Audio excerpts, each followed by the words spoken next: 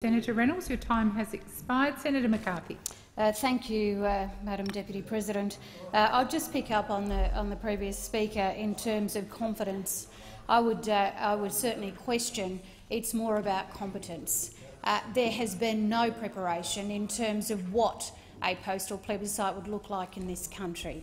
If you look at the Northern Territory, for example, and let me tell you, Senator, you will need to hear this.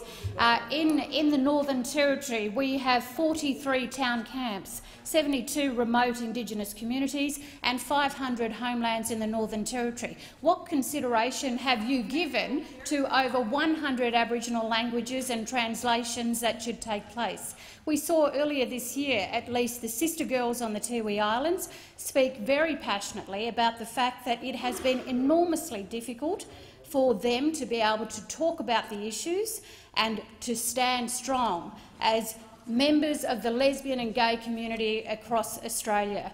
And the mental health issues that we've discussed and debated in this Senate in the previous debate in November expressed directly the concerns that any plebiscite, postal or otherwise, would have on the health and well-being of those in the LGBTI community. And I can certainly speak in terms of the people of the Northern Territory and what they have said to me consistently, certainly over the last 12 months, in particular as we discuss this.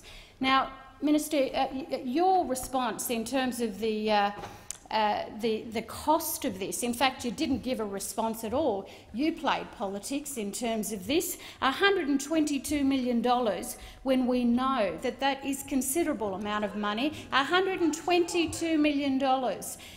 This is where we look at, especially in terms of First Nations peoples, the cuts to Aboriginal health, and specifically the LGBTIQ cuts of $800,000 to that area.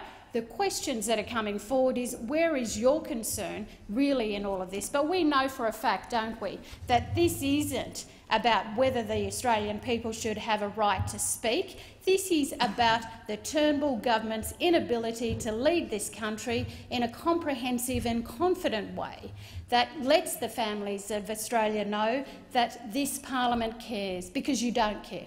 You do not care. You simply do not care. You have taken this parliament and this country down a path that is illogical, irresponsible, and basically you've wimped out on your role as government leaders of this country.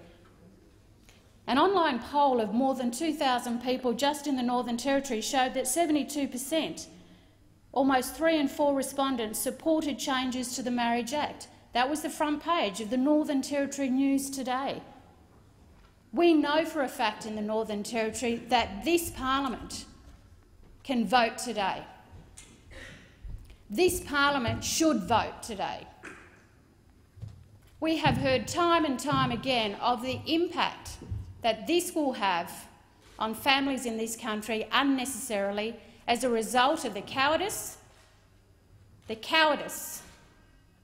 of the Turnbull Cabinet and the Turnbull Government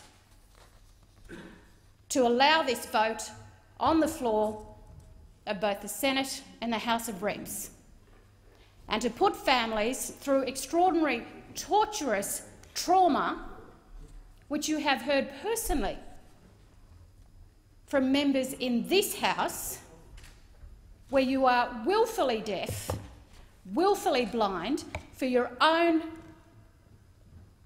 purposes. It is not a justification that brings the right way in leading this country.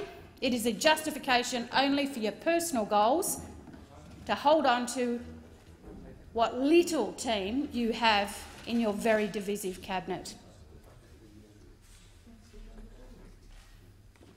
So to the families across Australia, the questions that are coming through, certainly to my email from the Northern Territory, is, will Australians living overseas be able to vote? What will the government do to ensure people are on the roll?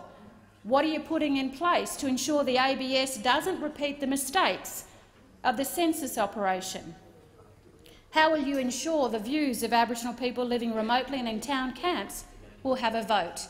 in this, the 50th year of the referendum of 1967. Thank you, Senator McCarthy. Your time has expired.